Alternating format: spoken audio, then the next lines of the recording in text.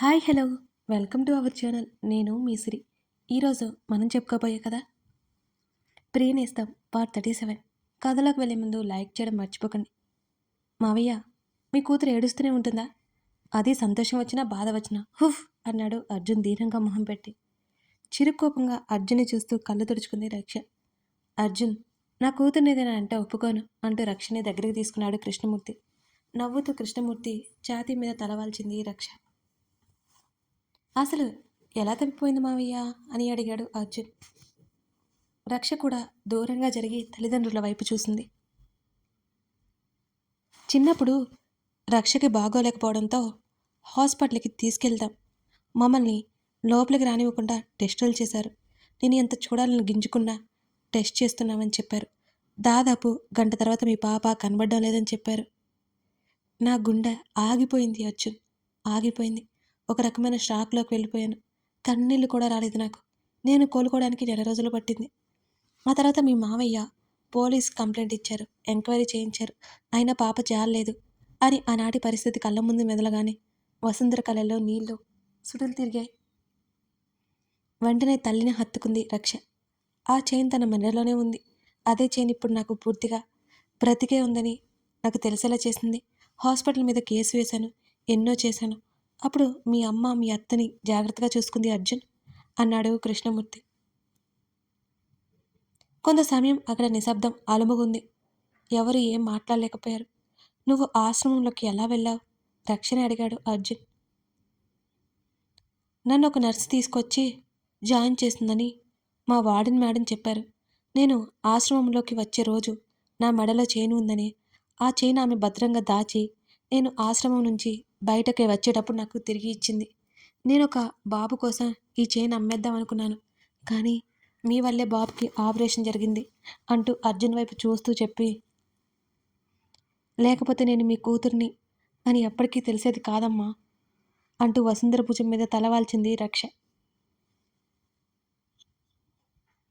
అభిమానంగా అర్జున్ వైపు చూశారు వసుంధర, కృష్ణమూర్తి. ఏంటి మావయ్య అలా చూస్తున్నారు అని అడిగాడు అర్జున్. నువ్వు మా ప్రాణాన్ని మా దగ్గరికి చేర్చావు నాన్న, మాట రావట్లేదు అని అన్నాడు కృష్ణమూర్తి.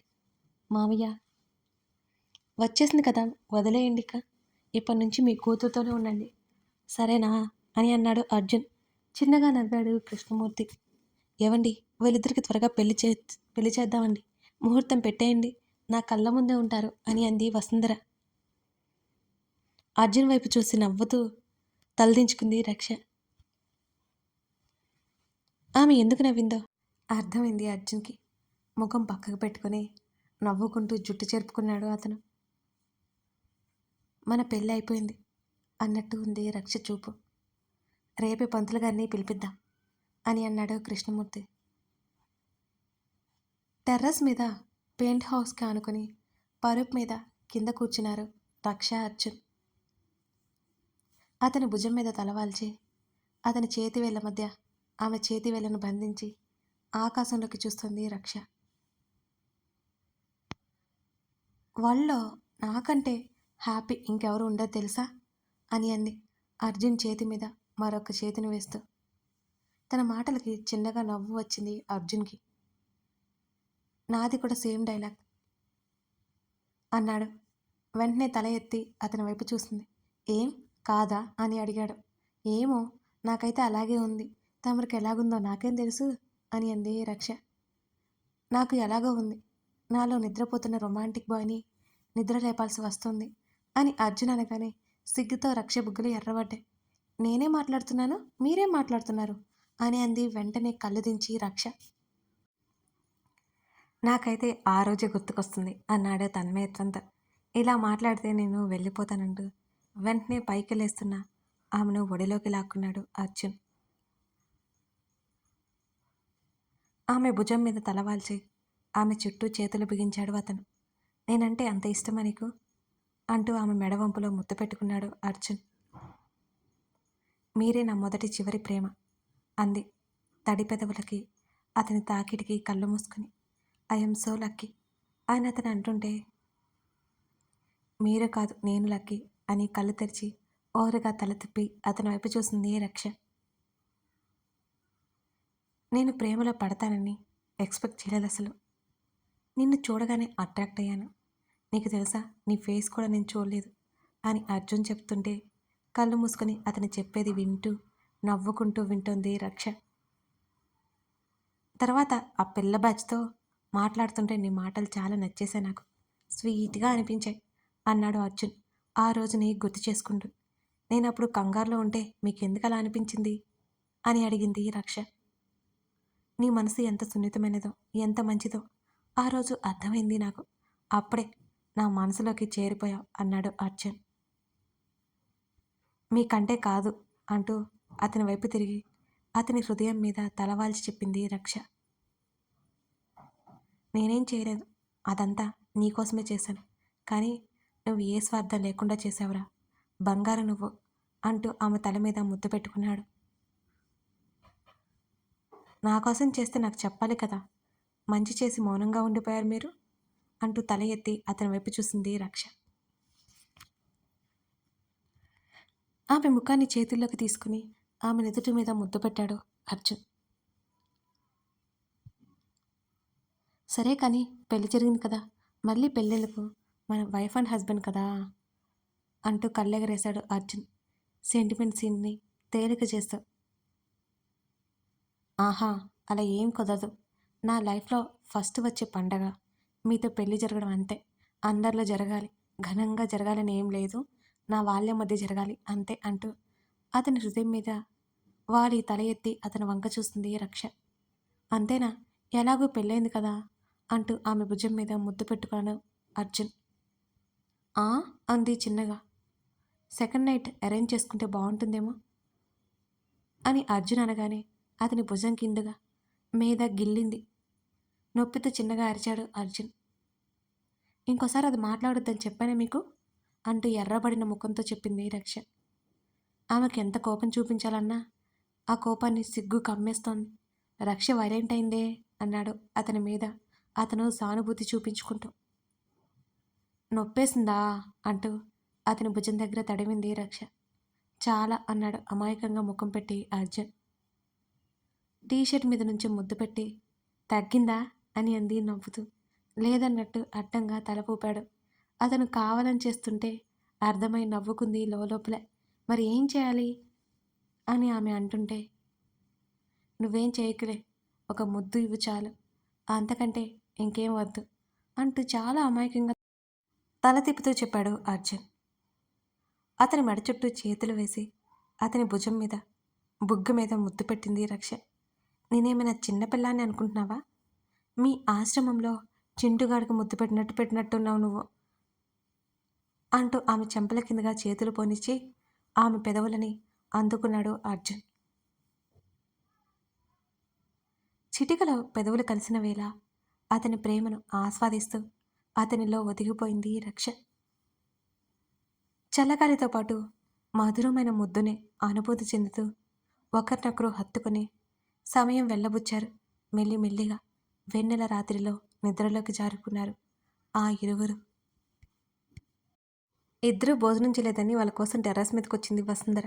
రక్ష అర్జున్ని అలా దగ్గరగా చూసి ముసుముసుగా నవ్వుకొని అక్కడి నుంచి వెళ్ళిపోదాం అనుకుని కూడా ఇద్దరు భోజనం చేయలేదన్న సంగతి గుర్తుకొచ్చి వెనక్కి వచ్చింది వసుంధర. రక్షని గుండెల్లో దాచుకుని నిద్రపోతున్నాడు అర్జున్.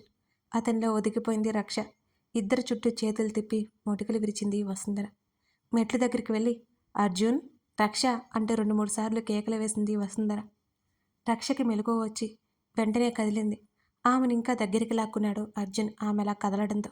అర్జున్, అర్జున్ అంటూ అతని చెంప మీద చిన్నగా తట్టింది లేవడానికన్నట్టు.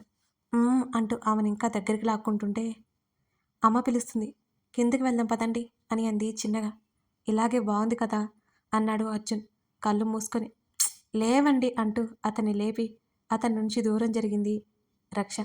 ఆవలిస్తూ లేచి ఆమెతో పాటు మెట్ల దగ్గరికి నడిచాడు అర్జున్. అప్పుడే నిద్రపోయారా? భోజనం చేసేది లేదా అని అంది వసుంధర. గుర్తులేదత్త అని అర్జున్ అన్నాడు. నా కూతుర్ని పక్కనుండగా ఇంకేం గుర్తుంటుంది అని అర్జున్ చెవి పట్టుకుంది వసుంధర. చిన్నగా నవ్వుతూ తలదించుకుంది రక్ష. అత్త నొప్పి అనగానే వదిలేసింది. అత్త నొప్పి అనగానే వదిలేసింది. ముగ్గురు నవ్వుకున్నారు. ఇద్దరిని తీసుకుని వెళ్ళి భోజనం పెట్టింది వసుంధర. అర్జున్కి ఇష్టంగా వడ్డించారు వసుంధర, రక్ష. కృష్ణమూర్తి నవ్వుకున్నాడు వాళ్ళిద్దరినీ చూసి. మావయ్య మీరు తినరా అని అడిగాడు అర్జున్. చిన్న ఫంక్షన్ నాన్న, తప్పదు వెళ్ళాలి. మీ అత్తయ్య మీకు భోజనం పెట్టిన తర్వాత వెళ్దామంటే వెయిట్ చేస్తున్నాను అన్నాడు కృష్ణమూర్తి. సరే మావయ్య అన్నాడు అర్జున్. అర్జున్, రక్ష భోజనం చేశారు. అర్జున్కి గిఫ్ట్ బాక్స్ ఇచ్చాడు కృష్ణమూర్తి. ఏంటి మావయ్య ఇది? కార్ అర్జున్. మావయ్య నా జిప్సీ ఉంది నాకు అదే ఇష్టం, మీకు తెలుసు కదా అని అర్జున్ అన్నాడు. తీసుకోనన్నా, అయినా ఇది నీకోసం అనుకుంటున్నావా? ఆయన కూతురి కోసం. మీ ఇద్దరు ఎండలో బయటికి వెళ్తే కూతురు కందిపోతుందని ఇచ్చారు అని అంది వసుంధర నవ్వుతూ. ఓ, అయితే తీసుకుంటానులే మావయ్య అని అన్నాడు అర్జున్ కూడా నవ్వేస్తూ. నీ పుట్టినరోజు నా బంగారు తల్లి నా ఇంట్లోకి అడుగుపెట్టింది అంటూ రక్షని దగ్గరికి తీసుకున్నాడు అర్జున్. కృష్ణమూర్తి. ఇంకొక విషయం చెప్పాలి అర్జున్ అన్నాడు కృష్ణమూర్తి. ఏంటి మావయ్య అని అడిగాడు అర్జున్. రక్షని నా కూతురుగా అనౌన్స్ చేయాలి అన్నాడు కృష్ణమూర్తి. ఆ మాట వినగానే అర్జున్, రక్ష సంతోషపడిపోయారు. సూపర్ ఐడియా మావయ్య అని అన్నాడు అర్జున్. సరే, మాకు లేట్ అవుతుందా? వసుంధరా రా అన్నాడు కృష్ణమూర్తి. ఇద్దరికి చెప్పేసి వెళ్ళిపోయారు. నాకు నిద్ర వస్తుందని రక్ష వెళ్తుంటే ఆమె చేతిని పట్టుకుని నీ గిఫ్ట్ ఏం లేదా అంటూ వెనక నుంచి కౌగిలించుకున్నాడు అర్జున్. ఇచ్చేశానుగా అని అంది అతని ఛాతీ మీద వాలిపోయి రక్ష. ఏమిచ్చావు అంటూ ఆమె తల నిమురుతుండే. నన్నే ఇచ్చాను, సరిపోదా అని అడిగింది రక్ష. ఈ జన్మకి చాలు అంటూ ఆమె నుదుటిన ముద్దు పెట్టుకున్నాడు అర్జున్. నెల రోజుల్లో అర్జున్, రక్ష పెళ్లి ముహూర్తాలు పెట్టించారు. మరో వారం రోజుల తర్వాత నిశ్చితార్థ ఏర్పాట్లు చూస్తున్నారు వసుంధర, కృష్ణమూర్తులు. సుమ, రక్ష వసుంధరని షాపింగ్కి తీసుకువెళ్ళాడు అర్జున్. అతనితో వసుంధరతో ఇష్టంగా బట్టలు సెలెక్ట్ చేయించుకుని త్వరలోనే అతనితో పెళ్లి కాబోతుందని ఎంతో సంతోషంగా ఉంది రక్ష. షాపింగ్ చేసి బయటకు వచ్చారు. సుమ, వసుంధర, రక్ష దారిలో కనబడ్డ ఫ్యాన్సీ స్టోర్కి వెళ్ళారు. కార్ పార్క్ చేయడానికి ప్లేస్ లేదని రోడ్డుకి ఆపోజిట్లో కార్ పార్క్ చేశాడు అర్జున్. మీరు చూసిరండి, నేను కారులో ఉంటాను అని అంది రక్ష. సరే వెళ్ళు, మేము వస్తామనింది వసుంధర. చేతిలో 2 కవర్స్ పట్టుకొని అర్జున్ దగ్గరికి నడిచింది రక్ష. అర్జున్ కారులో ఉన్నాడు. సంతోషంగా అతనికి దగ్గరికి రాబోతుండగా పెద్ద కారు వచ్చి రక్షని కొట్టేసింది. హఠాత్ పరిణామానికి అక్కడికక్కడే కుప్పకొలిపోయింది రక్ష. ఆమెకి యాక్సిడెంట్ అయిన 5 నిమిషాల వరకు ఎవరూ దగ్గరికి రాలేదు. రక్షకు డాష్ ఇచ్చిన కారు ఆగలేదు. వీళ్ళు ఎంతకీ రాకపోవడంతో కారు దిగి బయటకొచ్చాడు అర్జున్. సరిగ్గా రోడ్డు మధ్యలో జనం గుమిగూడి ఉండటంతో అతను అప్రయత్నంగా అటువైపుకి అడుగులు వేశాడు. ఎవరో అమ్మాయికి యాక్సిడెంట్ అయింది అని ఒకరంటే, తలకి దెబ్బ తగిలినట్టు రక్తం పోతుందని మరొకరంటే, కారు వాడు కనీసం ఆపలేదని ఇంకొకరు అంటున్నారు. అర్జున్కి తెలియకుండానే అతని అడుగులు వేగంగా పడ్డాయి. అతని గుండె వేగం కొట్టుకోవడం మొదలైంది. అతని కణత నుండి సన్నటి దార నేల మీదకి జారింది. శరీరమంతా సన్నటి వణుకు. అతను ఎందుకో అర్థం కాలేదు అతనికి కూడా. అతని గుండె వేగం అతడికే వినిపిస్తోంది. అడుగులో అడుగు వేసుకుంటూ అక్కడ చుట్టూ ఉన్న మనుషులను దాటుకుంటూ రక్ష దగ్గరికి చేరుకున్నాడు. రక్తపు మడుగులో పడి ఉన్న అతని ప్రాణాన్ని చూడగానే అర్జున్ నిశ్చల స్థితిలోకి వెళ్ళిపోయాడు. ఊపిరాడనట్టు అనిపించింది అర్జున్కి. పరుగున రక్ష దగ్గరికి వెళ్ళి ఆమెను గబాలను చేతుల్లోకి తీసుకున్నాడు అర్జున్. కథ కొనసాగుతోంది. ఇలా అర్జున్, రక్షలు ఎంతో సంతోషంగా తమ జీవితాన్ని గడపాలనుకున్నారు. కానీ ఆమెకి యాక్సిడెంట్ అయిపోయింది కదా. ఆ తర్వాత ఏం జరగబోతుందో తెలుసుకుందాం. Thank you for watching this video.